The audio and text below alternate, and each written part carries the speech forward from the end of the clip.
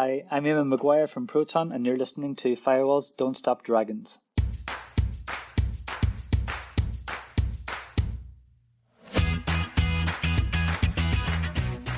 Hello, everybody. Welcome back to Firewalls Don't Stop Dragons. I'm your host, Kerry Parker. Today we have episode 452 for October 27th, 2025. And we've got a very interesting interview for you today, one that I've been wanting to bring to you for a little while now.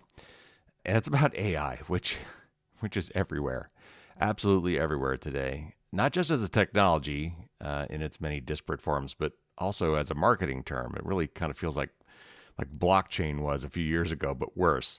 But it's a real thing. It's an actual tool. And unlike blockchain, I think it has a lot more potential for good and ill, like any major disruptive technology. And as we discussed with Carissa Valise just a few weeks back, I mean, the concept itself has been around for a very long time.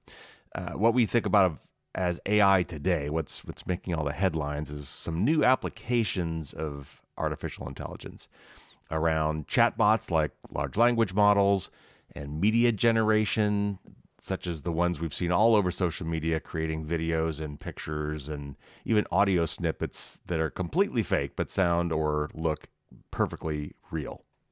These technologies, this sort of generative AI stuff, has really taken the world by storm, but it's also just a privacy nightmare.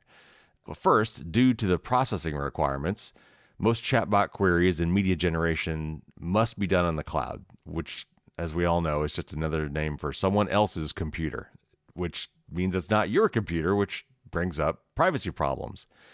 Second, AI companies are desperate to differentiate their products, in this marketing hype phase that we're in right now, this boom, this bubble that's surely going to burst in some way, shape, or form.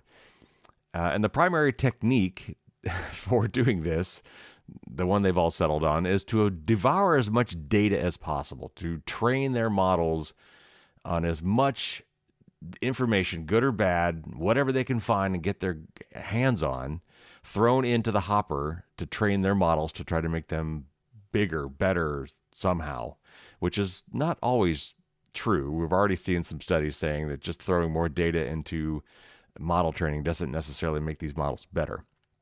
As we love to say, garbage in, garbage out, right? But these companies are really looking for data, preferably, that they have exclusive access to, because that makes their product different. So in a lot of cases, what that means is it's customer information and the content that those customers, users like you and I, generate or have generated over many years. That's the data they have access to that would potentially make their stuff different and presumably somehow better.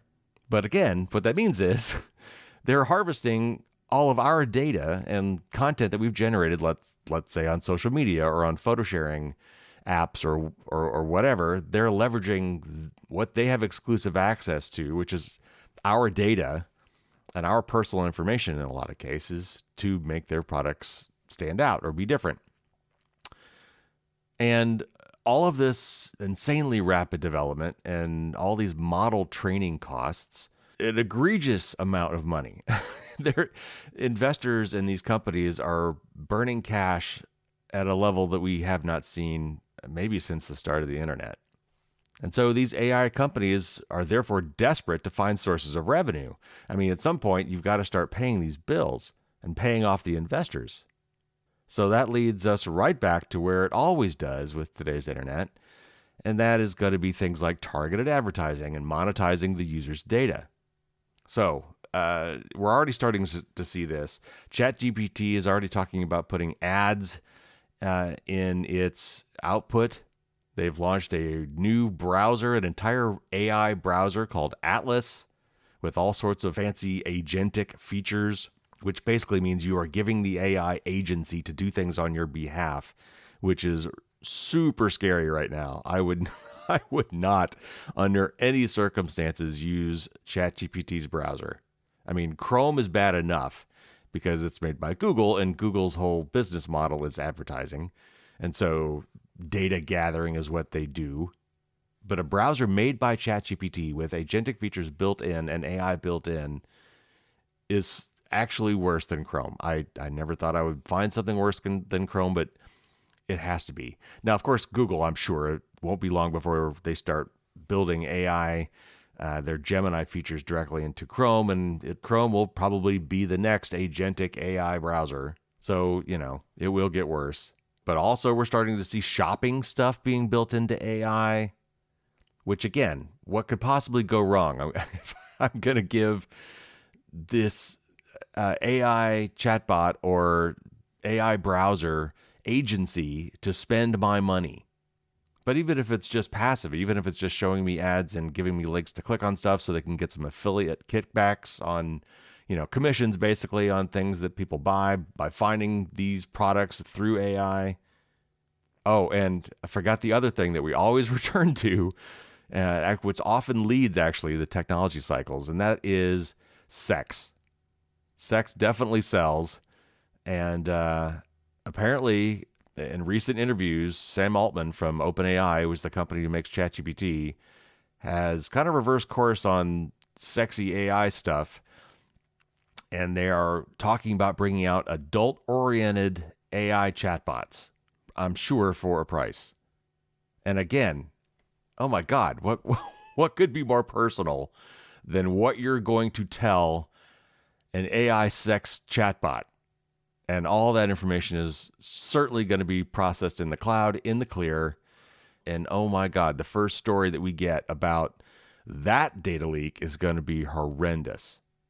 And folks, this is just the beginning. I mean, we're going to be throwing AI into everything. Agentic AI is going to start showing up everywhere, where we not only let AI know all of our innermost secrets, but we're going to give it power to do things on our behalf based on that information.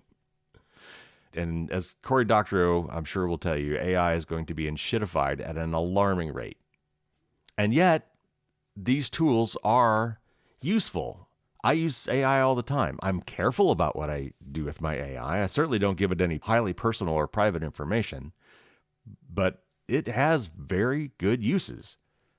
It's great at brainstorming. It's great at helping you rephrase things or summarize things. It does have value. So what do we do? Well, first, let me give you some quick tips. Pay very close attention to any of your current apps and services that start adding AI features. I personally would disable them all immediately, and then after some period of time, if they prove themselves to be trustworthy, we can think about re-enabling them. But trust me, most of these features will be added automatically via some software update. And if it's on a server side, you'll never even notice because that software update happened on somebody else's computer. These features are going to be added willy-nilly, and they're going to be enabled by default. Similarly, keep an eye on privacy settings. For example, Microsoft, which owns Windows, Word, Excel, PowerPoint, LinkedIn, GitHub, among other things, is adding AI everywhere. Copilot is their marketing term for that, and they're using that in some places. But like on LinkedIn, for example, LinkedIn has decided that they're going to start training AI models based on all of your LinkedIn content. And they just did that quietly under the covers without really telling you, and enabled it by default. So we need to keep an eye on these things. When you see that innocuous email about updating our privacy policy or terms of service with a link that says click here to learn more, and that's it. Like it doesn't tell you anymore. They know that most people are going to see that, and if they even open it to begin with, are just going to immediately disregard it. But in that link, in that new privacy policy or terms of service, they're probably telling you in some euphemistic, legalistic way that they are going to start training AI models based on all of your data, not just going forward, everything you've done in the past as well. So when you see those emails today, I bet you 80% of those emails talking about a privacy policy or terms of service update include some clause about how you agree, by not taking any further action, to allow all of your content to be used to train AI models. So we need to look through a lot of the services we have, certainly social media type services and other apps like Microsoft Office, for God's sakes. We need to look into the settings of these things now under the privacy section or privacy tab probably, and look for anything that is automatically turned on and enabled for training AI models based on our data. So, what if you actually do want to use this technology? Because again, it does have a lot of interesting uses. Well, first of all, you need to seek out tools that are better about privacy. Some do exist. We're still figuring out how to try to do this in a private way. Apple Intelligence is trying to process AI stuff on your devices, for example. So never, your queries and all your AI stuff stays local, never goes up to somebody else's computer. But they're also realizing that that's not going to cover all the bases, so they're trying to use this sort of anonymizing private cloud compute server that I think is really interesting. Also, if you have a decent modern computer, you can actually run a lot of this stuff locally on your computer, so you don't have to send it up to the cloud for processing. You can use tools like LM Studio or Ollama, which is kind of like it sounds, the letter O with llama, the animal. Ollama. I think LM Studio is probably the best one currently. They're still a little clunky for the uninitiated, but if you could download these popular LLMs onto your local computer and run all the data locally. And I think we're going to start seeing more and more of these things, certainly as privacy becomes more of an issue. I think there will be more and more options that'll be much easier to use, like just download and start using it. And it'll be easy to set up, and it'll run pretty much just like ChatGPT or one of the others that you might run in a browser. And there actually are some web-based privacy-forward or privacy-oriented or more private options. I'm hedging all of these because it's hard to say that for sure that they're 100% private when they're not running on your local computer. But there are some that you could look at. DuckDuckGo has one called Duck.ai that is supposedly privacy-preserving. And there's another one that we're going to talk about today. In fact, we're going to do a deep dive into a brand new AI chatbot from Proton, the people that make Proton Mail and Proton VPN, called Lumo. And today we are going to take a deep dive into how their product works and how they try their best to preserve your privacy. And we're going to be talking to the head of their machine learning team, Eamonn Maguire. So this is going to be really interesting, and I hope you get a lot out of this. So real quick before we get in, we do toss around some terms I want to define real quick. Microsoft Azure, that is sort of like Amazon Web Services, which had a big week this week. We will talk about that in the news next week when we talk about their massive outage. But anyway, Microsoft Azure is a cloud service, is a cloud compute service. In here, we talk about model weights. So we're talking about large language model weights, and as open source as an AI large language model can be, the thing that kind of describes how it works are these model weights. They're parameters for the large language model, and there are lots and lots of these weights. But if you publish the weights, that is kind of, these things are still kind of black boxes, but if you at least publish the weights, then supposedly that gives you a way that you can kind of reproduce what they've done. It's the closest we have probably to quote unquote open source for a large language model. We talk about AES keys. That's Advanced Encryption Standard. It's just a cryptographic term. But whenever we talk about cryptographic stuff and encryption, there's some sort of key involved, and an AES key is just one type of key. We talk about oblivious HTTP or OHTTP. It's sort of like a Apple Private Relay thing or a Tor thing. Oblivious HTTP has some interesting built-in anonymization techniques for routing HTTP requests to try to protect the identity of the sender. Eamonn throws out the term SOC 2. That's SOC and the number 2. It stands for Systems and Organization Controls, version 2. It's sort of a standard way to be evaluated as a company on your security practices. He does mention Hugging Face, which is a weird name. Hugging Face is an online service you can get to try out different large language models. The cool thing about it is kind of like LM Studio. If you know what you're doing, you can actually host them yourself locally, or you can run them on their server, which runs into all the privacy problems we've already talked about. And finally, in passing, he mentioned something called LaTeX or LaTeX. It looks like it's latex, actually. It's spelled LATEX, but it's the L, the T, and the X are all capitalized. And this is a kind of a special scientific markup language. I actually used this way back in the day when I did my master's thesis. And man, I wish I still had the source code file for that. I do have the paper copy of my thesis, which I only somewhat understand at this point. But it's very useful for writing pretty documents that have really fancy formulas in them and other math kind of stuff. So when we throw out LaTeX and I have a little moment there, that's what we're talking about. Okay, this is a long interview and I've already talked long enough. So let's get into my interview with the head of Proton's AI department, Eamonn Maguire.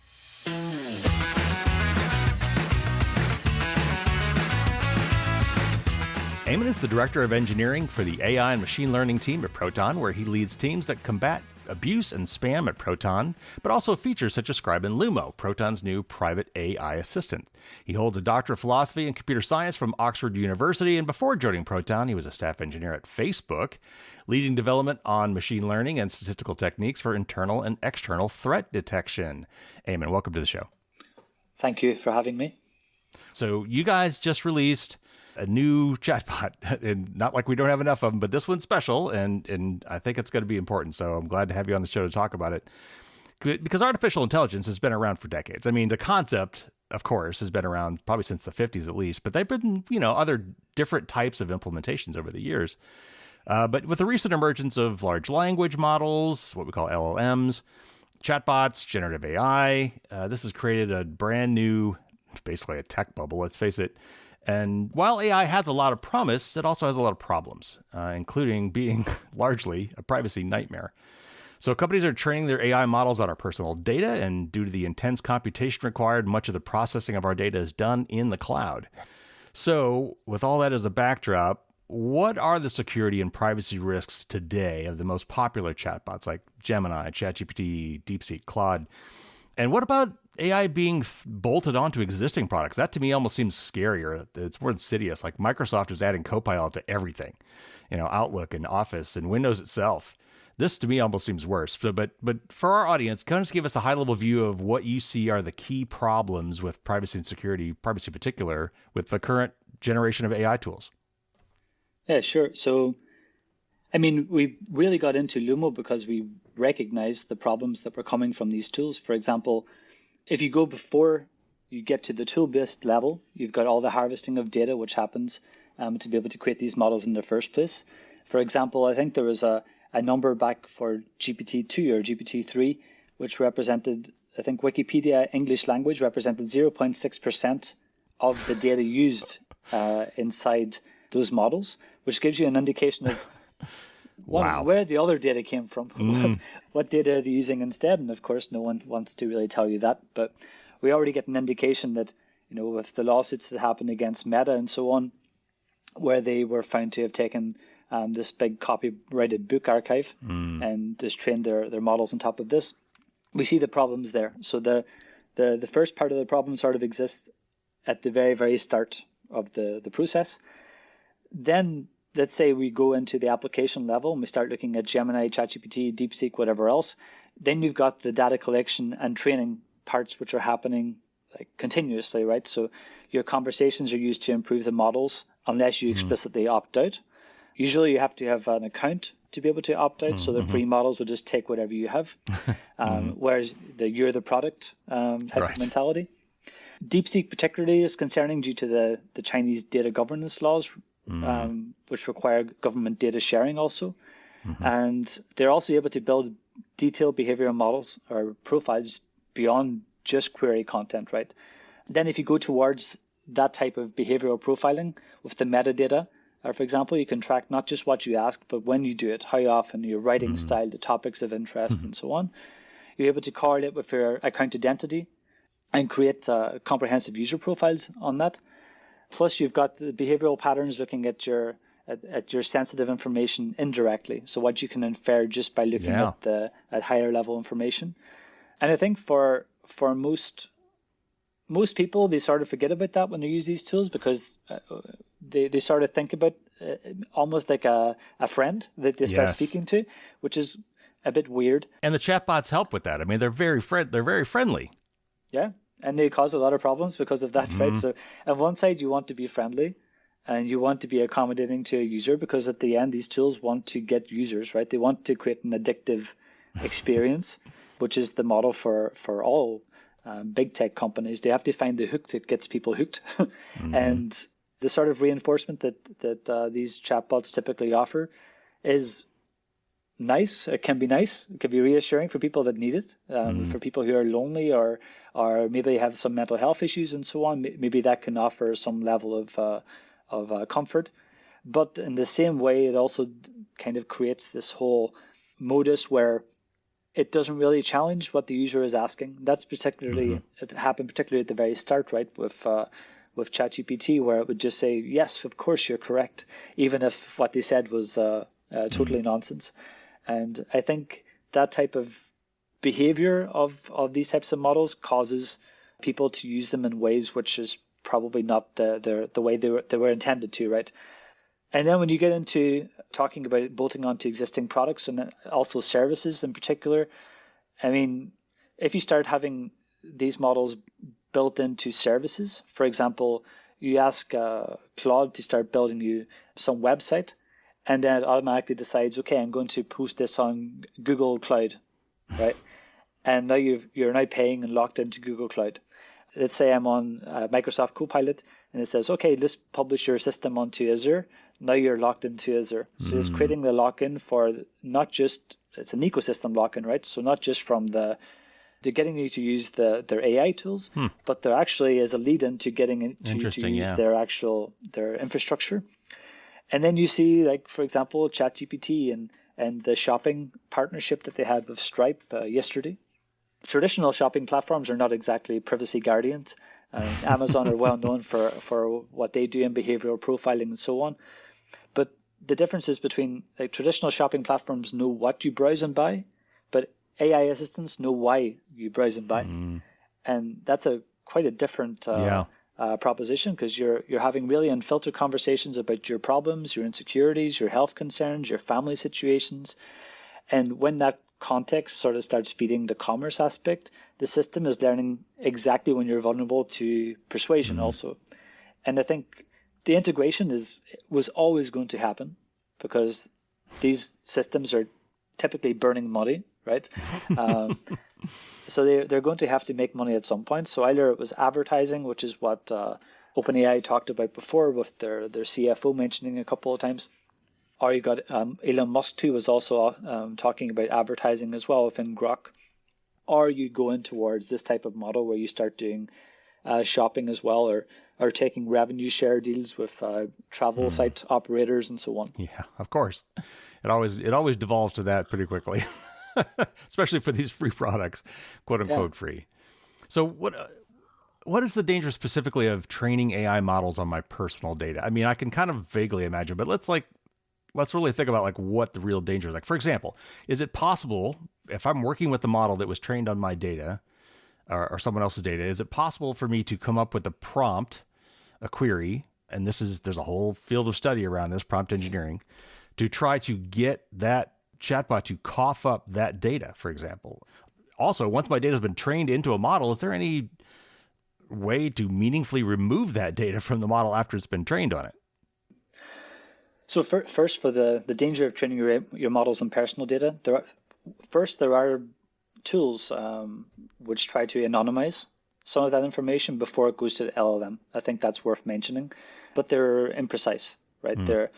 They're basically looking at patterns. There was a product by Microsoft, I cannot remember the name of it for the life of me at the present time, but it's basically looking at patterns, and you can train it to find those patterns like credit card numbers or addresses or email addresses or phone numbers or names or so on. And then to substitute them, they basically replace them with smart tags like name, number, whatever, name one, name two, and then replace it ad hoc after it's been done. That's one way of removing your data. But let's assume that most people are not doing that. And we already know that this personal data does exist in existing models, or it did exist in existing models because ChatGPT was outputting it, right? There was this attack, I think it was probably in the early days, it's like 2023, 2024, where if you sort of got to repeat the same word over and over and over again, it would start emitting random stuff afterwards. And some of that random stuff was personal information it had just scraped. Wow. So, yeah, I mean, they to their credit. They improved their ingestion techniques afterwards and their filtering techniques because it was embarrassing for them too. Sure. But it means that you never really know what's there, right? And even if it's not something which is, say, a name or even a phone number or a credit card number, there can be enough data points or small things which you can ask a model which could identify somebody based on like some health issue that they had in the past or some information that was scraped unintentionally or intentionally from some opened medical repository, for example, or some insecure doctor servers. That's always possible, and there's no way of really checking. But for the whole point of, is there a way of removing your data? I think this is important because, for GDPR in particular, there's the right to remove. Right. And one of the big things we talked about a lot at the start, I think a lot of the LLM creators just went gung-ho and just ignored most of the stuff. And to be honest, they kind of got away with it. If Move you look fast at and break things. Yeah. And to be honest, they broke things. They got ahead. Right. It was rewarded. Governments didn't care because suddenly this was a massive industry that could potentially transform their economies. So those things come along every so often, right? They don't really. It's not. I'm not sure if we want to call this LLMs transformational because it is an older thing, right? But still, let's say it's a transformational technology because it is still impressive. People want to leverage this moment in time because it's something which doesn't happen that often. Right. You have things that happen every so often which maybe work, maybe don't, like the blockchain or NFTs or these types of things which are metaverse, which is right. People have basically forgot about that now. But yeah. Basically, in any case, back to GDPR. So the GDPR side, requires that you have right to remove, but there is no way to remove it, right? Unless you retrain the data. So, for example, someone was accused of murder. Some news article appears with their name that this person was involved in murder. Then, if they were acquitted, I think even if they're not acquitted, they can request that it's removed from the system, right? But there is no way of removing that information unless you can do some fine-tuning, perhaps, to try and remove it. You can do some masking at the end, some check at the end, but that's also imprecise. So basically, the only way to really do it is to retrain the whole model, and this is super expensive, right? Right. They don't want to do that. So yeah, this practical enforcement is basically impossible. So I think companies claiming compliance with this, without actually removing any data from models, is pretty hard. I don't think you can really do that. So you already alluded to this earlier. There have been several horror stories in the news about people falling in love with their chatbots, or even committing harm to themselves or others, kind of at the behest of the LLM in some of these cases. It seems, certainly in the conversations. Is it possible to address these kind of problems in a way that is robust and difficult to defeat without severely limiting the usefulness of these systems? I mean, if we put these guardrails on, obviously we don't want these systems to do this, but then like a chainsaw, if you put a chainsaw on your own body, it's going to hurt you. I mean, so how do we find the balance there? Well, hopefully it's not switched on, I guess. Or maybe even not switched on. It's got sharp teeth, I guess. Yeah. So yeah, you don't want that. Yeah, it's a good question. Like, what makes these tools useful is also what makes it dangerous. So you've got the empathy side and the personalization, which makes these parasocial relationships. You've got open-ended conversations, which allow for manipulation, which is the same as what you have for scammers and so on. And then you've also got an engaging personality, and actually usually configurable personality, right? You can tell it how you want it to behave. And that creates these emotional dependencies, either directly from the AI, the LLM provider. For instance, Claude has got a good reputation because they're the way that they created their prompts and so on, where they weren't trying to be a person as much as, say, ChatGPT. So they got a lot of praise at the start, and I think their prompt engineer, in fact, was listed as one of the Time 100 people on AI or something. Huh. Just for, and that's kind of cool that she got recognized for that. So there's a lot of research in this topic about how to do it, but let's say it's kind of hard because you do want something which is personal, because that's what gets people hooked to a degree. You don't want something that's going to be always telling you that you're totally wrong. Like if you're on social media or something I and got real saying, people for that. yeah, you guys, what are you talking about? And then, yeah, it would kind of cool if it would react like that. Maybe it would solve some of the world's Right. problems, but I'm not sure people will use it so much. Uh, I thought it would create like a Lumo sassy cat type of thing, just to repel away people who asked silly questions. Um, but yeah, some potential approaches. I don't think any of them are particularly perfect around like transparency interventions. So reminders that the AI isn't sentient, but even if you tell people that, they probably still won't listen to you. You clarify it doesn't have real memory or actual feelings. It's just regurgitating something it's seen before. Mm. And like to challenge, like, so being annoying, maybe that's going to help. And then behavioral limits, like I think there should be some sort of, we always talk about social media and the way that it's affected the way, how teenagers behave, how adults behave too, like with the dopamine cycles and so on. So we should kind of detect these obsessive usage patterns and then sort of counteract them.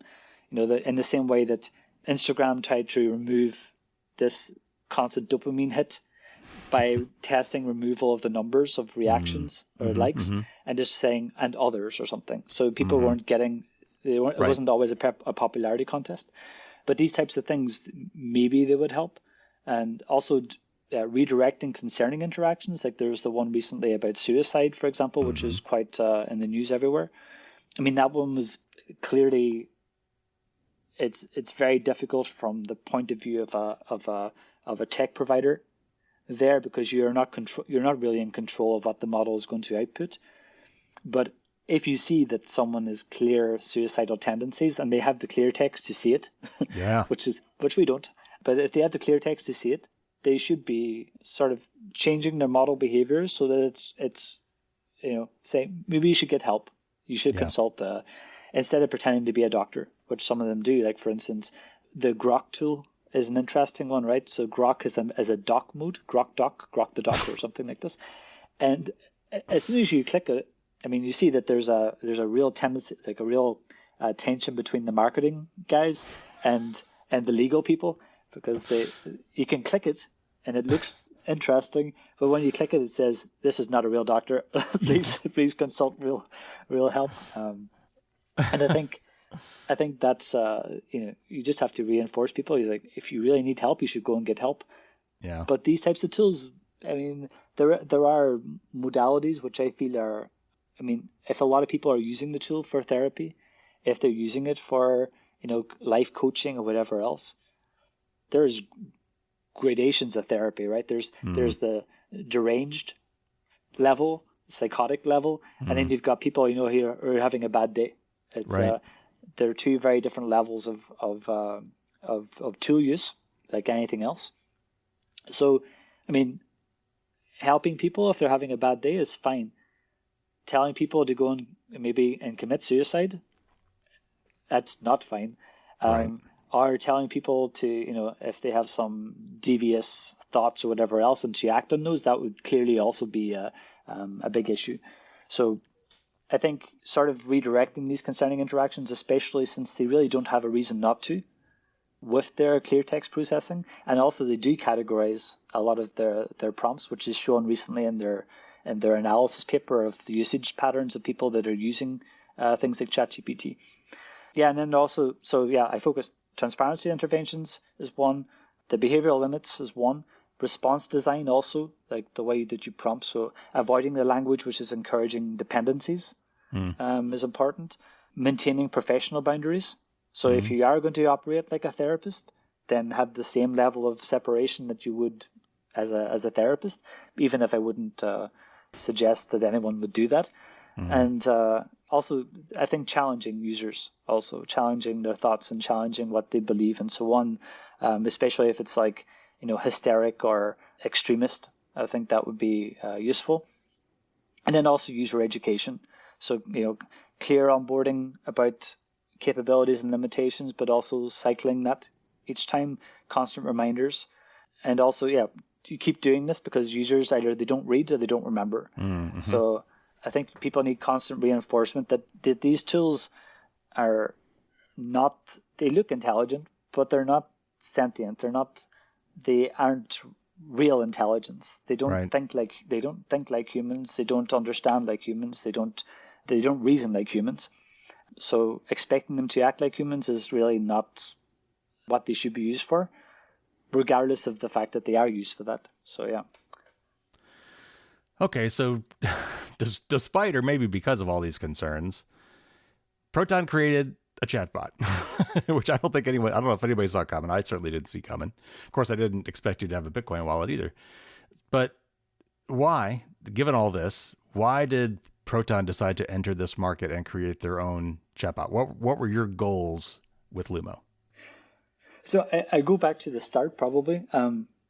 So back last July, well, before last July, obviously, because we released in July, we released Scribe. So Scribe was my first idea was to have it fully on device.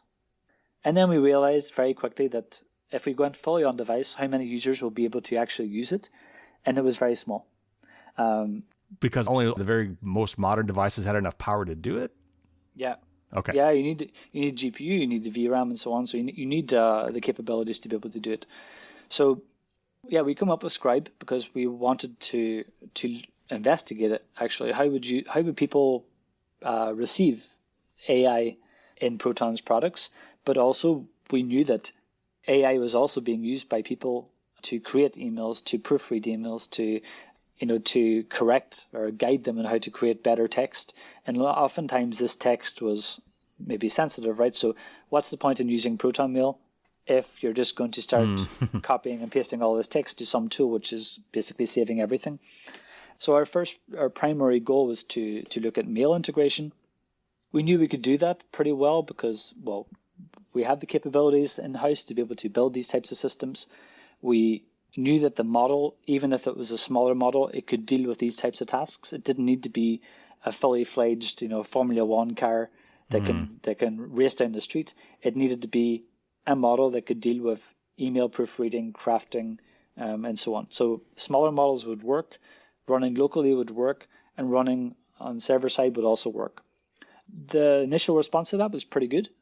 I would say 60-40, probably. Reddit is always critical. Yeah. Maybe Mastodon is more critical. I don't know, but I think it's good. I think that we listened to the critique, but we also knew that if this is the trend and this is what people are going towards, you can stay back and wait for the world to crumble, and then create something too late, or you can try and get in there early so that people don't make the same mistakes that we made in the past, right? So, waiting too long is obviously not really an option because people will get used to the other tools, and the longer you wait, the more data they give. So, yeah, basically after we launched Scribe, we created an update, and in the update, basically people weren't complaining anymore about Proton and AI. They were complaining, why did they not get it in their plan? So it was already a shift from our initial launch, and that was encouraging, right? So as soon as we saw that, well, one, our users, they sort of understood why we were going into this. They understood the rationale for going into this. And then the question becomes, well, this is a small part of the market. Like the number of people using this for doing emails is here. The number of people using this for, general purpose stuff is over here somewhere, way off the chart. So then basically, you've got hundreds of millions or even billions of people using these AI tools, unknowingly sharing highly sensitive information which is probably far more intimate than a typical search query, right, even in Google. Right. Like medical questions, legal documents, tax documents, personal communications, like for emails, for corrections. So yeah, basically we saw that we were sort of repeating history's mistakes. So, big tech, say Facebook, started off as being a social network to connect people at universities. No advertising, no real business model to start off with. And then all of a sudden advertising becomes a thing, and that becomes a whole surveillance mechanism on top of that. Mm-hmm. Google creates a very clean UI, and like competing with Alta Vista and stuff at the time, which were crazy complex and busy. And they created a nice clean interface, but then they say, okay, we have to make money, advertise. Mm-hmm. And then basically we said, well, this is going to happen with AI as well. You know, advertising is going to be the thing. Shopping is going to be the thing. Integration, all the stuff with referrals and so on is going to be how they make money, because they are not making money as it stands. Mm. So if people are going to do this, then, whereas Facebook and Google are the current harvesters of all this information, these platforms are going to be, they already are the harvesters of all information as it stands, right? Because, well, Google is still in the party together with the rest. So our goal is privacy and freedom. That's our core mission. We want to make sure that we're at the table. We give people a privacy first option that they can use, that they know when they use this tool that their data doesn't go anywhere, right? It's not being used to retrain. It's not being used to create profiles. It's not being used to create to sell to a third party or data broker or whatever else. It's just a product that you use, and that's it. You can get into the stuff about we'll talk about the models, I guess, at some point. Yep. But the models themselves, there are, of course, the problems that these models were trained on large amounts of scraped data and so on from the web, but there are models also that haven't been trained that way, and that's basically the sort of model that we prefer. So overall, we saw that the way that things were going, the technology was improving. We saw that the open source models were sort of plateauing along with the bigger models. Mm-hmm. And then we knew that we could create something which was going to compete at the level. Because if we created a privacy first option that fundamentally was not good enough, then people would never use it. Right. If you create a privacy first tool which is as easy to use as these other tools, has the functionality that these other tools have, we're getting there with the functionalities, then we give people a really viable alternative, and there's no real reason that you need to use ChatGPT or Claude or any of these tools for 99% of the stuff that you're going to be doing on a day-to-day basis. Okay, so let's get into some of the details here, and this is where the rubber meets the road, and I know in my privacy community, this is where a lot of the questions are around Lumo, but specifically because of its claims to privacy and how everybody else does it. So in the blog that announced this, and in some of the related ones that came around it, you say that there's basically no practical way today, currently anyway, to do a large language model query model that we're like ChatGPT that we're used to, while preserving true end-to-end encryption.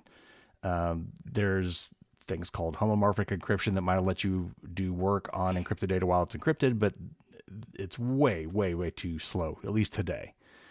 So I believe that what you refer to with Lumo's privacy, whereas most of Proton's products, wherever you can, certainly you do true end-to-end encryption where you don't have any data whatsoever. You engineer yourself out of that problem. You can't give it because you don't have it. That is not true, currently at least, with Lumo. So you say you have zero access encryption. So tell us what that means, and then maybe it might be instructive to walk us through what is the process for handling an LLM query. Give me the best movies and film noir for the last 40 years or whatever your query is. Or I've got this health problem and I've got these symptoms. What could this be? Or whatever. Walk us through where that data travels, and in your system specifically, where it is and is not encrypted, and then maybe compare that along the way to something like ChatGPT. Sure. So it's true that I wrote about it in one of the blog posts. In fact, from I think my blog post was called "Towards a Privacy Preserving AI" or something, and we focused quite a bit actually on the different techniques for these type, like what could offer you really end-to-end encryption for these types of models. And there was one company in Paris, in fact, called Zama, who are working on fully homomorphic encryption. And they do have a prototype which is running on GPT-2, but yes, it's slow. I mean, they're getting faster. They're getting custom hardware, but it's fundamentally too slow for production purposes. And I think, by the way, just to make it clear, like you were saying, like seconds versus a day. Yeah. That much slower. I think that was one of the things I think I saw in one of the articles. It was much, much longer. Yeah, it's really quite long. I mean, sometimes for a given token, it can be like 10, 15 minutes. Yeah. For one token. So, I mean, yeah, you could have perfect privacy, but you'd be waiting a long time to have anything useful from it. I think by the time you get the question back, your privacy concerns are over because the incident is gone. Okay, sorry to interrupt. Keep going. Yeah. So let's say Proton. So Lumo has a two-phase approach. Let's say there's what I would call the user to Lumo encryption, which is more, say, in transit type stuff towards the GPU. And then there's the zero access encryption, which is the at rest encryption for the chats, right? So for your chat history and everything which is inside, which is going to sync with your devices and so on. So for the user to Lumo encryption, basically I'll go into the technical details. Hopefully I get everything correct and in the right order, but let's see, I try. So first we have like a what we call like a static PGP key, which is from the server. And this is fetched by all the client devices, right? And then the user device will generate like a temporary AES key for each request. And that's used for encrypting both the query and the response, or decrypting the response. And then for the encryption layers, basically the user message is encrypted with the AES key. The AES key is encrypted with the LLM server's public PGP key. The unique request ID is added for authentication. And then everything is then wrapped around TLS. Okay. Then for our internal routing, basically when you have that request, we will pass that encrypted payload to our Proton infrastructure, which will say, basically it's called, like if you look at our API calls, you'll see /AI/chat or something, V1 AI chat. Mm-hmm. That will go there first. Then it's sent to a scheduler, which is we have a Rust library basically. Basically our PHP API, so our backend API, will send this message encrypted to our scheduler API, and it stays there. And it stays there until a job is waiting to pick it up. And what we have is two layers. One is a classification layer. So we classify the type of response that the user is looking for. So for example, if you're looking for something about movies or whatever else, it's going to be a general request. So that request is now taken off the queue. It's decrypted on the classification server. We run the inference on it. We encrypt it again, and then it sends it back onto the queue. Then at that point in time, we send it back onto the correct queue, for example. So if the classification scheduler says, okay, this user wants to do coding, it will send it to the queue for the coding models. If they want to do it for general chat, it will send it to the general chat model. If they go for like summarization of documents, for example, we have models which have longer context, so it will go there. So by the time it gets to the only encryption that happens here between the two is like a public-private key between the GPU servers and the client, right? So it's an extra level to ensure that nothing in between can read the messages. Right. Only the client and only the GPU servers. Okay. And then basically, so only the LLM server has the private PGP key to decrypt this AES key, and then we use the AES key to decrypt the query key, and then we process it in clear text on the GPU. Okay. All right. If there's any buffering or anything, or it needs to go to memory, there's also encryption on the memory, also on the RAM, so we don't have to worry about that getting taken off. Yeah, and then when we generate the response, we encrypt with the same AES key, and then we immediately forget about the request. There is nothing stored on the GPU server, and then that's sent back to the client, routed via the PHP servers back to the user over streaming, and then every token is then decrypted real time. And so my guess is that ChatGPT and other ones do all those steps, including the TLS. They probably have TLS encryption. There's probably HTTPS or something that along the way, but all the other servers that could be processing could also see the query text by the time it gets to the server, not just the core, the GPU core, right? Yeah. So, Okay. I mean, basically with ChatGPT, everything will be clear text on the server. They'll have full access to all your messages. The messages are stored and can be used for training if you've opted in. And I mean, these are things which, I mean, Sam Altman has said by himself, right? So he basically said, do not use ChatGPT for sensitive Yeah, conversations, or right. He did. also because they have this current mandate, I think, by the U.S. courts, right? Because they have this whole thing over copyright infringement, and Mm. as part of that, they have to maintain the logs of the like on the servers so that they can show the court at some point that Mm. they weren't doing something. I don't know. I'm not exactly sure of like how that ended up like this, but in any case, it would always be beneficial for them from their business model perspective to keep that data, Sure. right? They want to know what people are asking, Right. and they want to know how people are reacting and so on. And that allows you to tune behavioral models too. Like Right. how do you respond better? The same as how do we Right. which images do we show to a user on Instagram to make them stay on the site longer? What type of content to show and so on. Or now what type of products to show, which is Right. in their current model, what type of advertising and so on. Whereas Proton is like we do have clear text on the GPU machine, which is unavoidable because there's no way of doing anything really there. Only the isolated LLM server will see the clear text. That's it. And we don't keep any logs. That's part of our policy. It's also part of our business model. We don't need to we're not training our own models, so we don't need to have this data. Yeah. And that's basically the part, when you ask for something from Lumo, that's basically the flow. Okay. If that was clear. Yeah. And then the second phase will be basically when you're storing the actual chat history. So we encrypt individual messages. So with a conversation key, then we have a master key, which encrypts the conversation keys, which are unique per user. Then we have the user's PGP key pair, which is encrypting the master key. And then we have the user password, which is required to unlock the key pair, right? So it's basically Proton cannot decrypt your stored conversations, and only the user with the password can do that. And it's the same system that we use for mail, for Drive, for Calendar, and so on. So it's we use the same encryption standard in Lumo for storing the conversations. Okay. Thanks for that.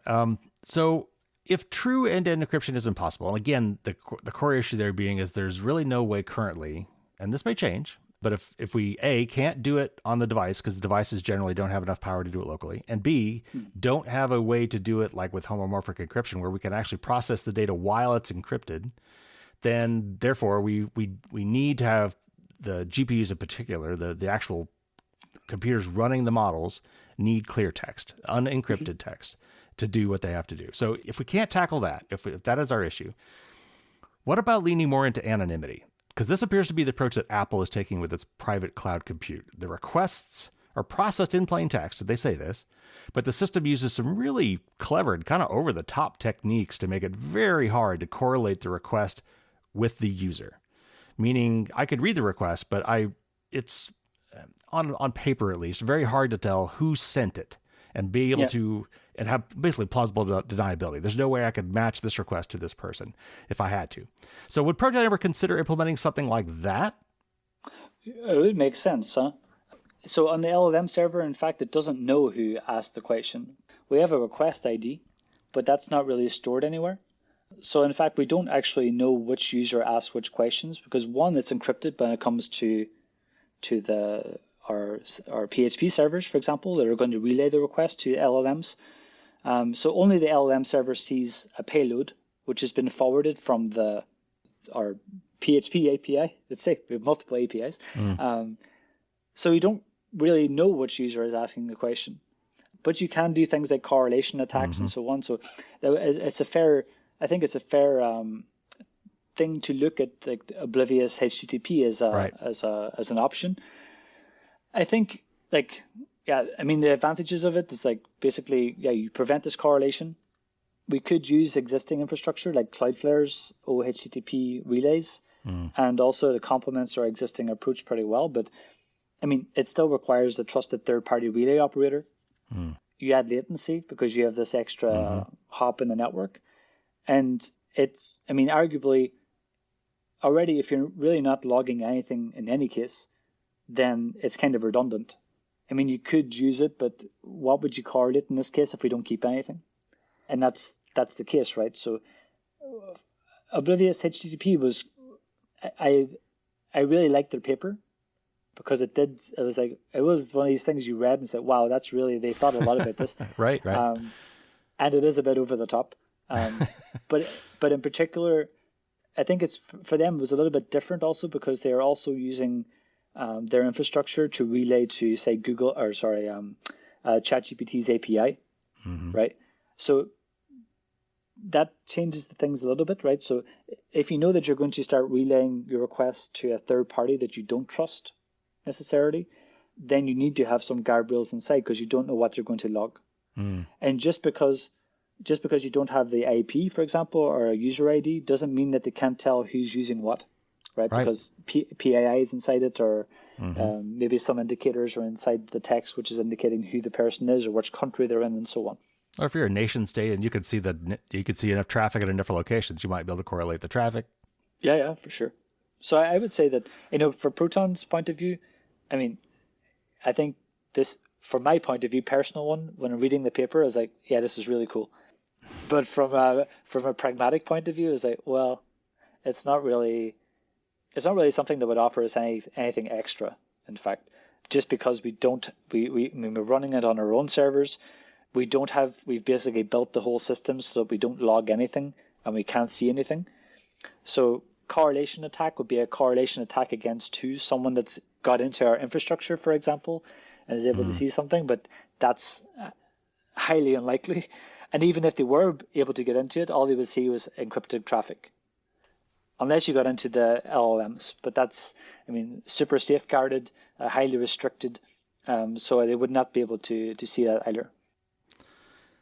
Okay, so in my community, there's a lot of purists, and there's a lot of people that really like to, and I'm sure you find a lot of them on Reddit, as you said, who really get picky about some of these things. And so I want to play devil's advocate a little bit here and push on a couple of these things. So first of all, practically speaking, what information could Proton turn over if required by law? I mean, you say you keep no logs.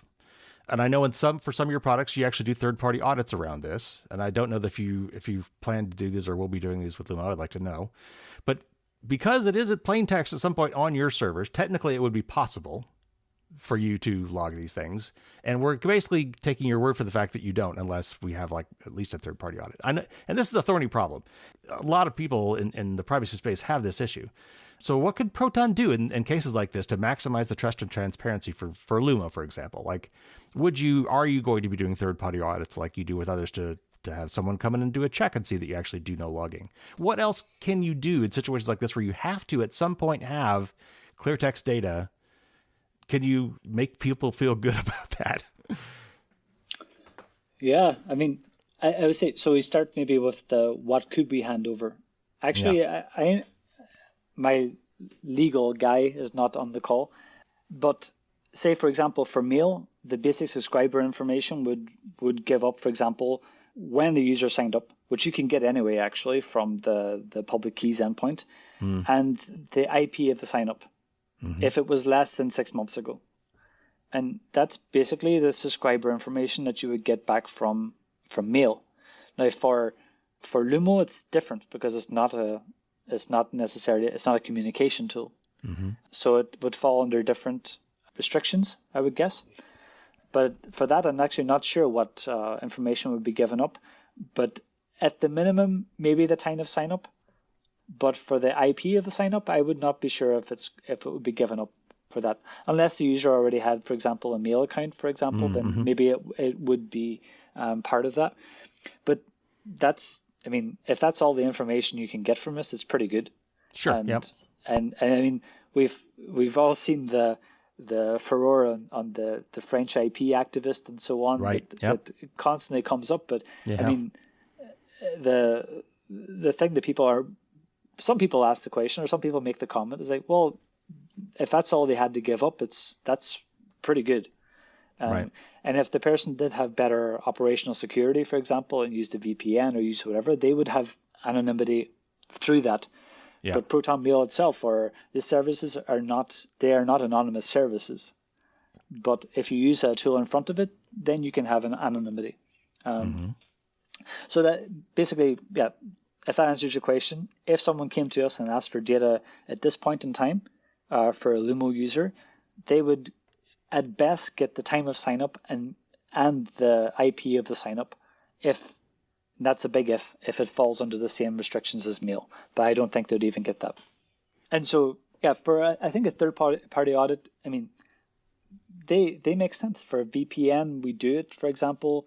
For mail, we don't have to do it because, well, everything is end-to-end encrypted anyway. So all server-side code, what can it do? It's just basically storing blobs and into DBs, and that's it. For Lumo, it's true that it would be useful. At least, we have the part of the code which is doing all the scheduling and all the LLM work.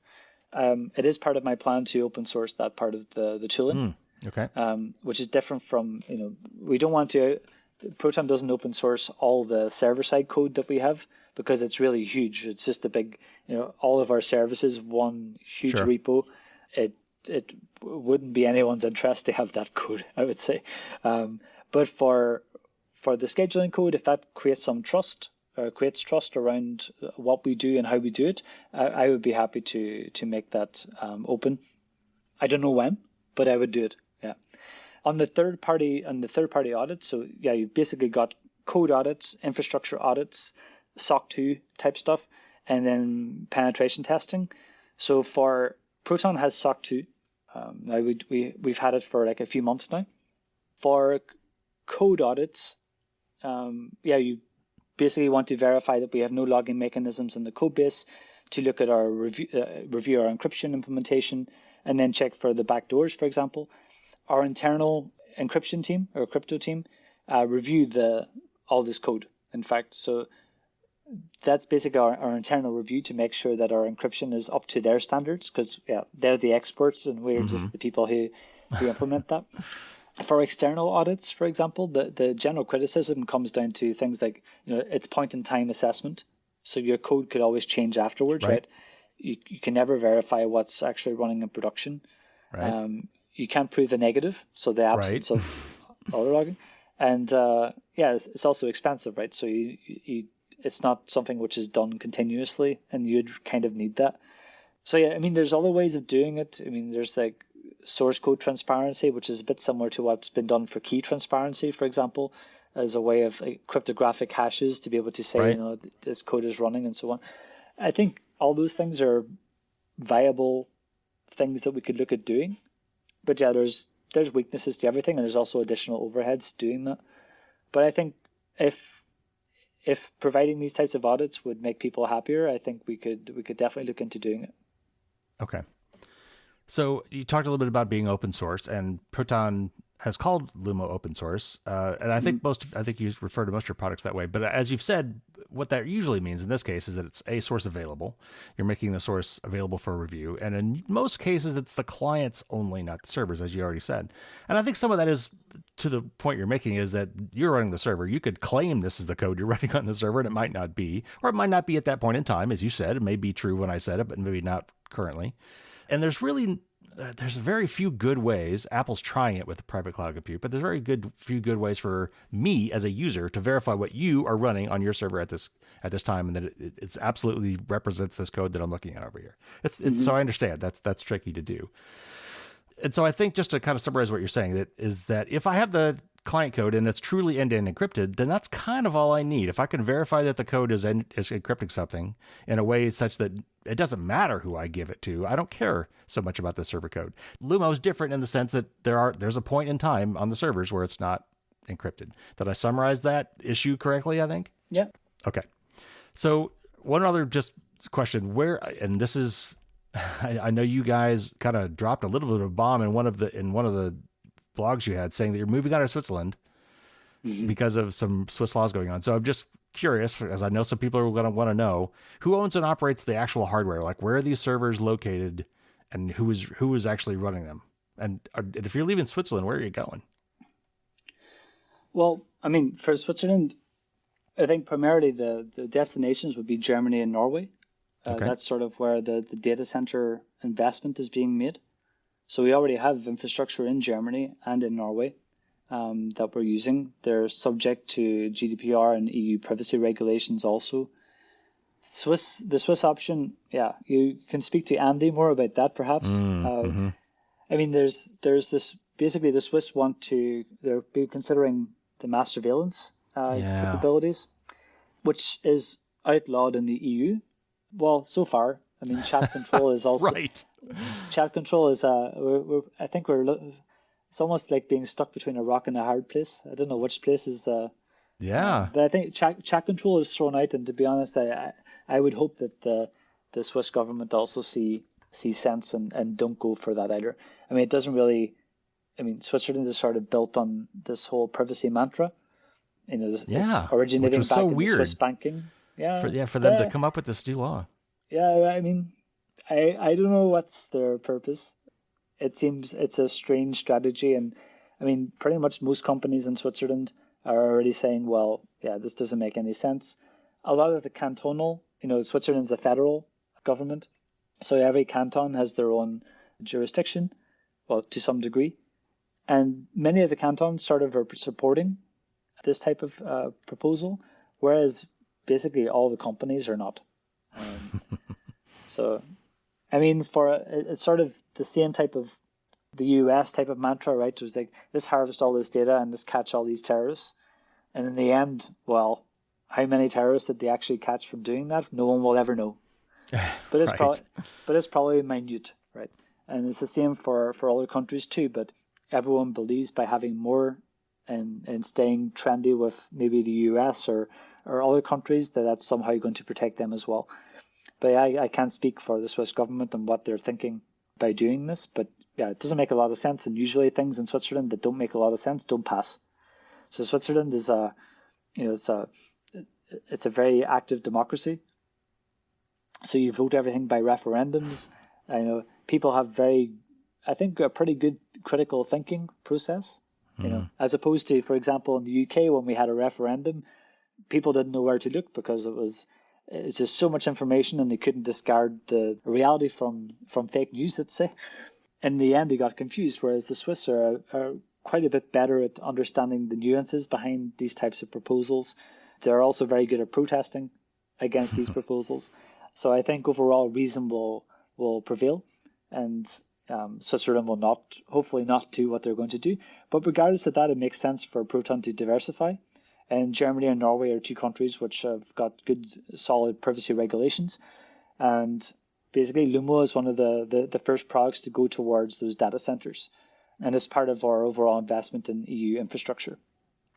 And again, I swear this is my last conspiracy question, but we've seen it happen in the United States. Like there were, the NSA has gotten access to AT&T's servers, for example. Does Proton make a point of owning or having on-prem hardware, or how do they vet? If not, how do they vet the people that are actually running the servers, like actually the physical racks kind of thing? How do you guys close that security hole? Yeah, I can't speak for what they do for instance, for VPN. They do, of course, need servers all around the world, and we don't have data centers all around the world. For Proton servers in particular, they're heavily locked down. Yeah, we have our own servers in Germany and Norway. We have our own GPUs also, but we also, to scale, we also need to rent GPUs sometimes, and that comes also from EU providers like. So in France, for example, or Norway, and that's basically just to provide the load scaling ability, but always within countries that are aligned with our privacy promise and so on. So yeah, we provide.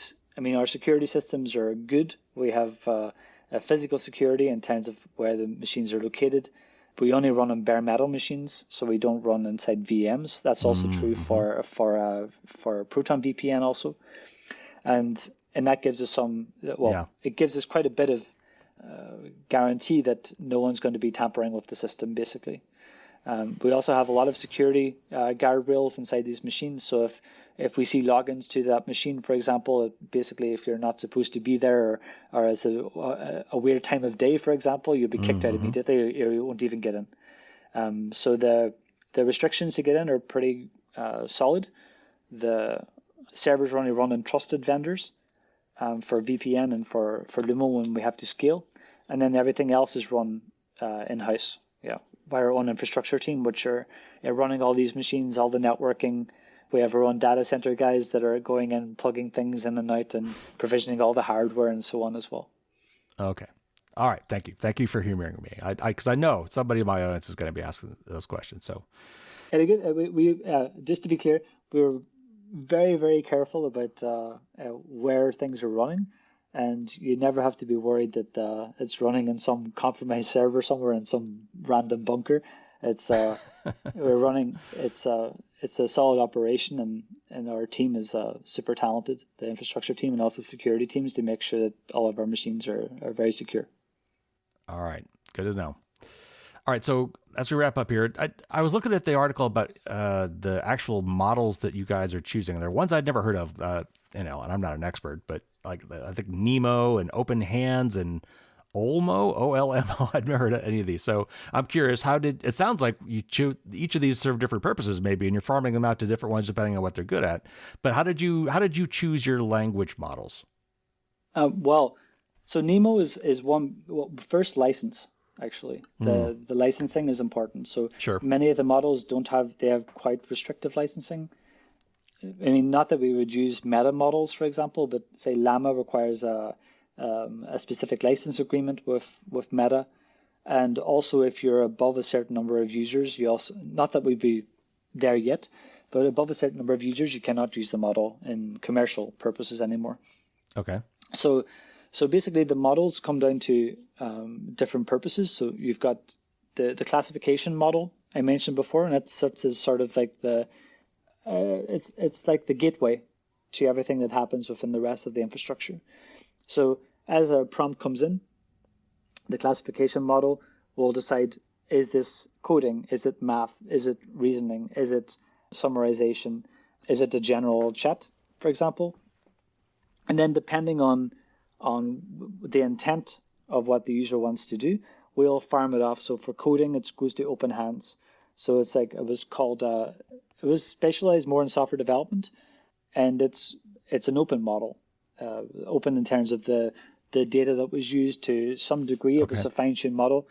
Open licensing for the Apache 2 type license, open weights because we end up getting the weights and so on. If you compare that to say ChatGPT's models, they have released a couple of open source models recently, or Claude is a better example. All of Claude's models are closed source, right? You cannot get access to the weights. You can access their API. That's it. But you don't know what data they used. You don't know what the weights are. You don't know what code they used to train the model and so on. Then you go to Olmo. Olmo is the most open model. It's got open training data, open code, open weights. Everything is public. Everything is on Hugging Face. You can go and download all that information. It's created by the Allen Institute for AI. They're doing great jobs. They also wrote, I worked in academia before, so I always use this tool called Semantic Scholar. That was the first tool that was created by Allen Institute. It's funded by Paul Allen, right, the ex-Microsoft guy. Yep. But yeah, very good institute, very good principles, and solid models as well. And it's a general purpose conversational AI. Then there's like other things, for instance, that we didn't mention on that original blog, but happened later. For example, now there's also Swiss AI, which is a combination between the Supercomputing Center in Switzerland, the SCS, the ETH Zurich, and the Fédérale Polytechnique de Lausanne, the EPFL. They all came together and created this also open model for Swiss languages, so highly multilingual. Also has support for Swiss languages, of which there are many, small ones too. And they're also using open data. And then there's also Mistral. So Mistral 3 also is an open model, kind of also fits the lines of what we wanted to achieve because it was developed in the EU.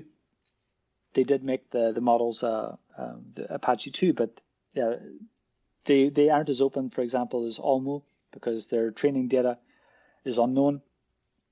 Their code is closed, but the weights are public, right? So each model has different grades of openness, and open source it's always a contentious topic, especially in this LLM space, because Yeah, There's, yeah. you can be open source because you've opened some source, or you can open all source. In this case, open almost and Apertus are the open models. They're fully open models. Open hands too, but as far as I remember, they're a fine-tuned model on top of another project. But each of these models brings a different capability, and that's why we have many of them, because we can switch them out and back in again as we need. We can change them as we need. We're not tied to a specific model, which is different from, for example, if you're Mistral, you use Mistral models, right? If Yeah, you yeah. if you ChatGPT, you use Chat. So we're able to change as things get better, as other models get worse, our expectations become greater, and things change. Things are changing pretty quickly over the last 6 months. Then we're able to switch as we need. All right, a couple more questions. And what I've been doing for myself is there's an app for Mac called LM Studio, and there are others. Mm-hmm. And you mentioned Hugging Face. There are ways for you to actually run these things. If you've got a decent enough computer, you can actually run these things yourself, meaning that all the data stays locally. Is that something that you guys would ever consider doing? Either, maybe, I know that you're not into self-hosting necessarily, but having something that would allow somebody to run a Lumo server locally, or are you just basically counting the days until everyone's hardware is good enough that it could just run locally anyway? I mean, that would be good, but let's say there's a number of issues with running locally. So just to start, we already in Scribe, for example, which is our first foray into AI, that was local. We also supported local mode. And of course, it's better. It's like no data leaves your device, no network exposure, no trust required, zero logging by definition. It's great.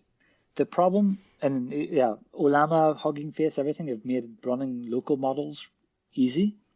There's also a recent talk yesterday by, I can't remember the name of the company, but they were also showing how to do like really, really quick inference on CPUs also, which is was really quite impressive, which is close to GPU performance.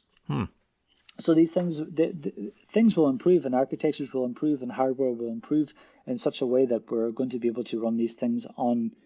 I mean, we can already run it on your phone, right? These models are actually running on, with the latest intelligence updates for Gemini on Android or Apple Intelligence. There's things which are running on device, and it's kind of seamless for most users. So the hardware on your phone is pretty good, and they're being optimized now to be able to support these types of workloads. But the issue would be that from like the user experience of it. So okay, you've got the setup side, you have to manually update your own model. There might be like problems with running that model versus Proton's model. So for example, the prompts that are being used to be able to say do tool calls is not trivial to get these working correctly, for example. So whenever something does like an MCP call, the model context protocol type stuff, or they're doing a call to do web search, or they're doing a call to do a lookup for some finance data or whatever else, these are all tool calls with a very specific syntax that work in some architectures but don't work in other architectures. So it could lead to, UX problems when you have like basically users able to run whatever they want, right? So with our models, whenever we're running them, our models, the ones that we run, whenever we run these models, we test them like extremely well to make sure that like all the systems will work well with it. We don't have any gaps where someone asks a question and it returns back a big pile of random text because it doesn't know how to deal with it. Yeah, these are the sort of small things in life which you sort of hope for. But yeah, it's basically it comes down to, it would be great if we could do this. I think having a local option does make sense, but it probably still needs to be certain local options, because then at least we can make sure that someone can run the model the same way as we do it with Scribe, but we provide the link to the model to download right to your device. You run that model, and then we know that model is going to work well with everything else, because the model is just one part of it. As soon as you start plugging in like all the connectivity that happens with these modern applications, it's not only about sending a prompt and getting a response, It's setting the prompt and getting a response and then coming back and then back and then back and then back for these type of agentic flows, for example. So yeah, I think it makes total sense. We probably should offer that type of option. I think for enterprise also, it makes sense that people plug into their own instances of LLMs, but also because they also need to plug into their own data. So, I mean, there's different ways of doing that without requiring it to run on their infrastructure, but it's also an easy way of making it work with their infrastructure. Also, I mean, they can be really sure that none of the data is leaving their environment if they're able to run it by themselves. Right. And I actually know people that run their own businesses that have this problem, and they have to run local models because they are actually they're processing data that they cannot have leave, either intellectual property or personal like health data. Yeah. So they have to do things locally. Okay, so last question. This is a softball.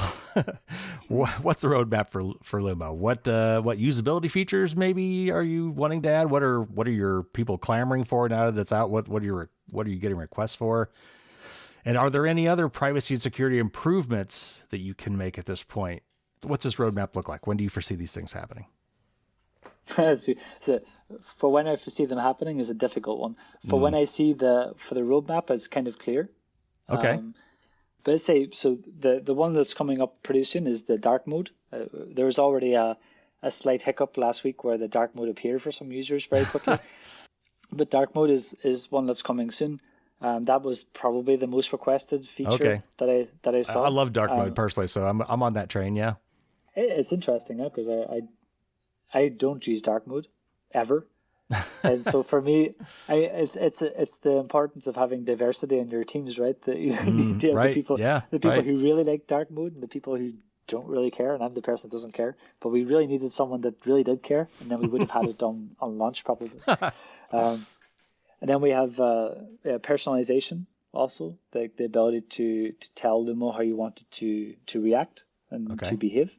And also to provide it with information about yourself so you don't have to keep giving that information each time. Multimodal capabilities, so the image understanding, image generation, document understanding, for example, that will come in the next months, 1 or 2 months.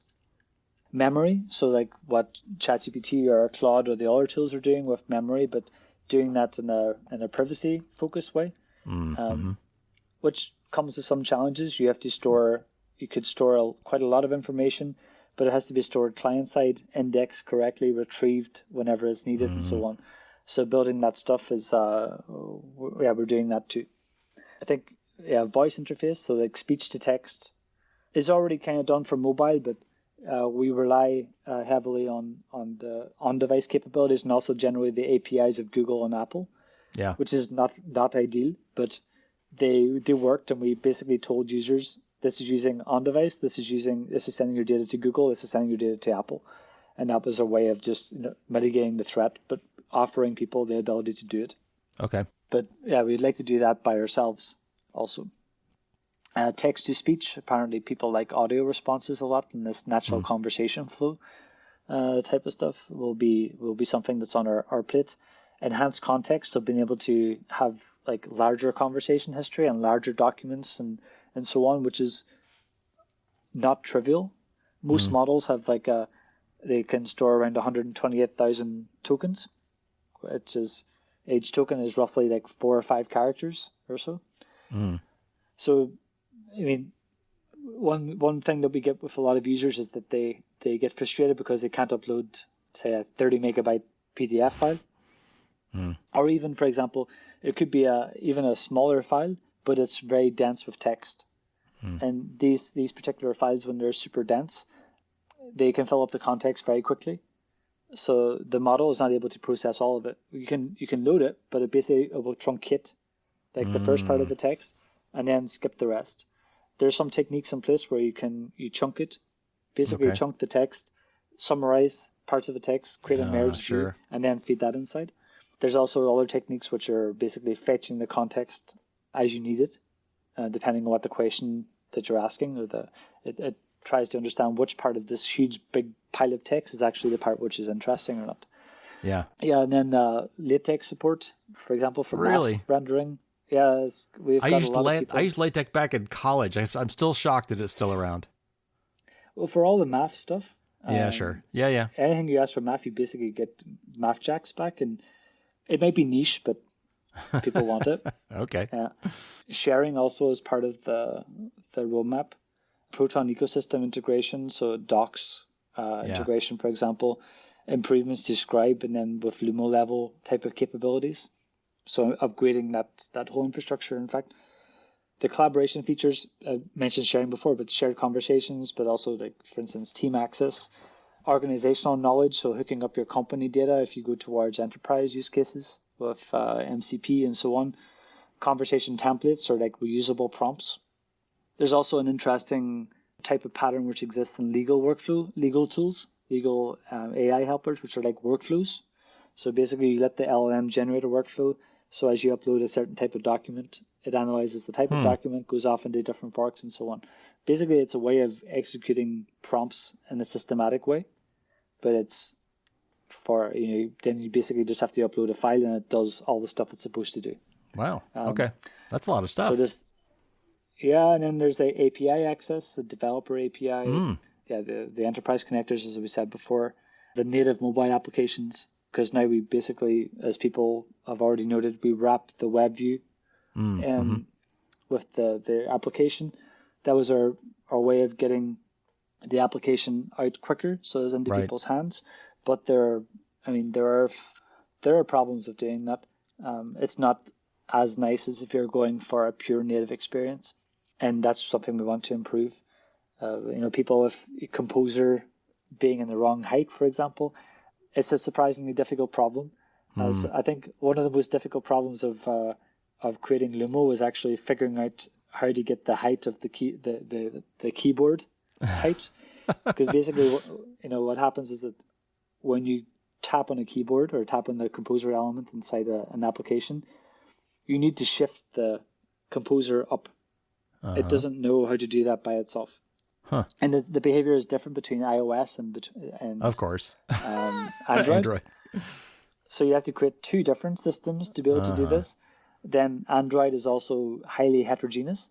So you've got different pixel densities, you've got different screen heights, you've got weird configurations and so on. So I think when people ask me what was the hardest part of Lumo, is actually this Composer thing and the mobile apps was the worst. I think. Yeah. So I'm very happy that we're going to go towards native pretty soon, because we just released the Proton Mail application recently, which has been totally rewritten from scratch.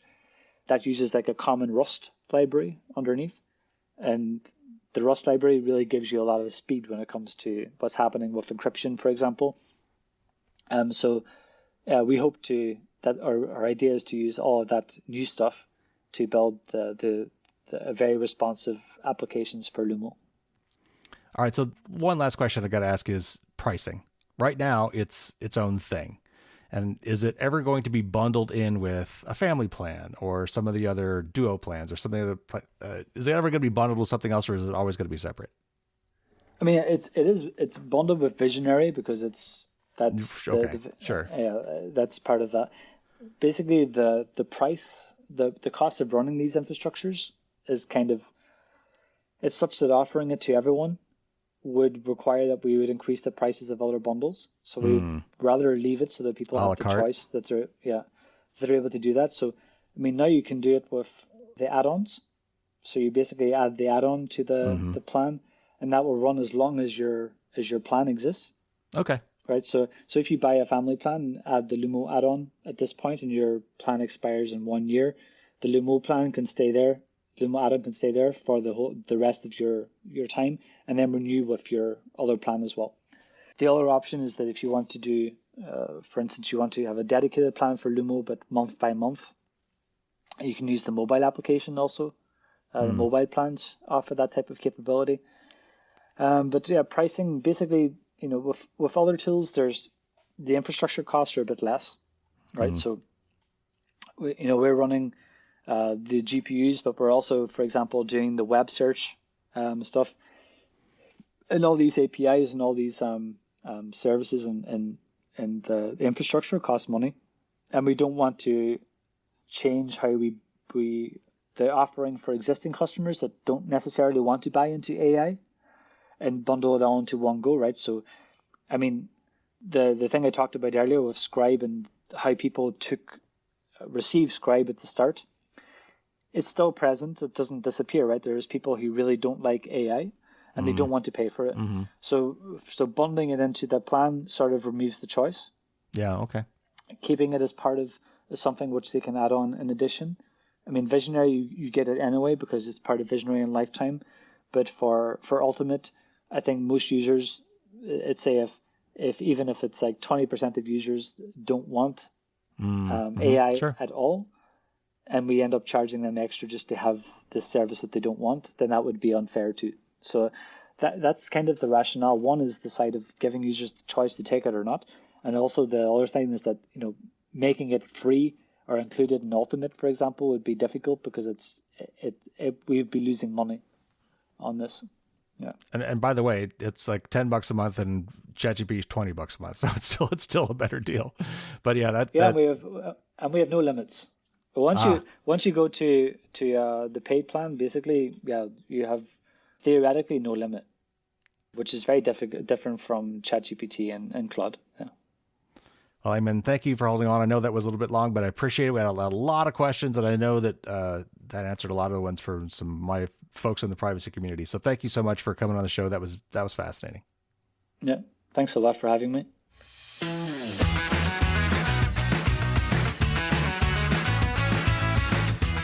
All right, so I know that got really technical in spots, but I hope you've come away with a better appreciation of why AI today is really hard to do privately. If it has to go up to the cloud for computing, really there's no technical way to do that without exposing your query in plain text. We are working on ways to do that. This notion of homomorphic encryption, which is a really cool technology that in very certain circumstances, under very tight constraints, allow you to do some processing on encrypted data without first decrypting it. We're nowhere near ready to try to do an AI LLM chatbot with homomorphic encryption. It's just way too slow.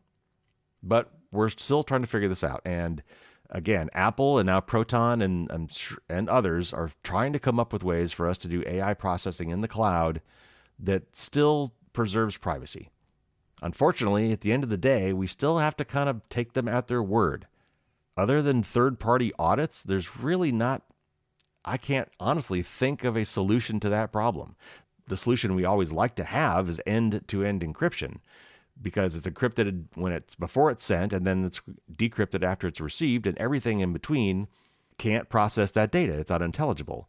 Unfortunately, because of the way AI works, they need to process the clear text.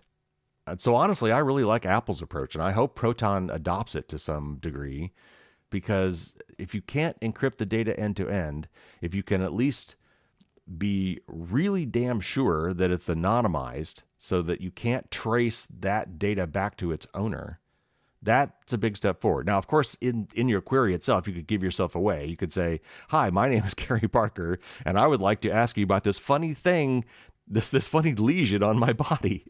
You could break it yourself, of course, by giving yourself away, or it could be much less obvious than that, and you could still give yourself away. But given the fact that we can't process this data in encrypted format, we need to be doing everything we can to disassociate these queries from their owners.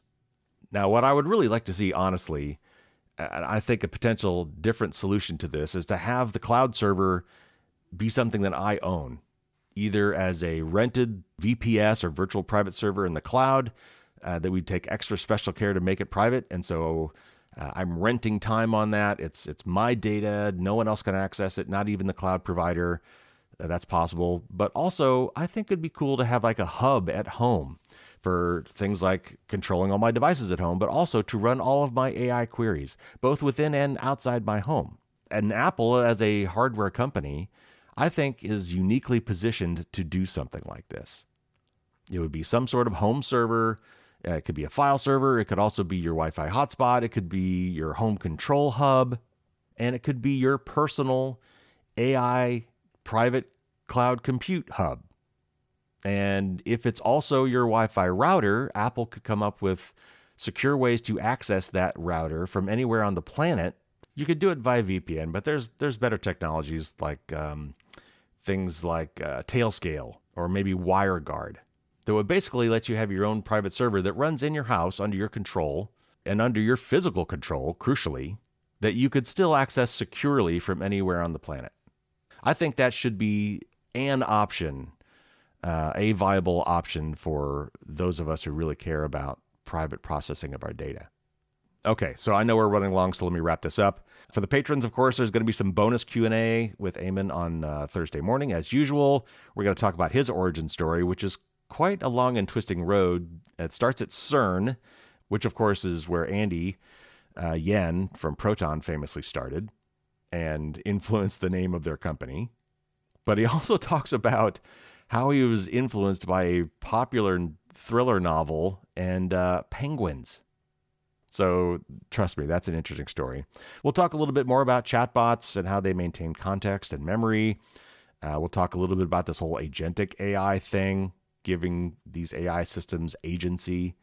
And I will ask him when Proton is going to finally ship their Google Sheets replacement. So patrons, you'll be getting that on Thursday morning as usual. So that'll do it for this week. Thank you for hanging in with me. I know it was a long episode today, and we actually have a few more longer interviews coming. So think of it as free, supersized content. But let's get out of here for today. Thanks for tuning in. Take care, everybody. Stay safe out there. And until next week, as always, don't get caught with your garbage down.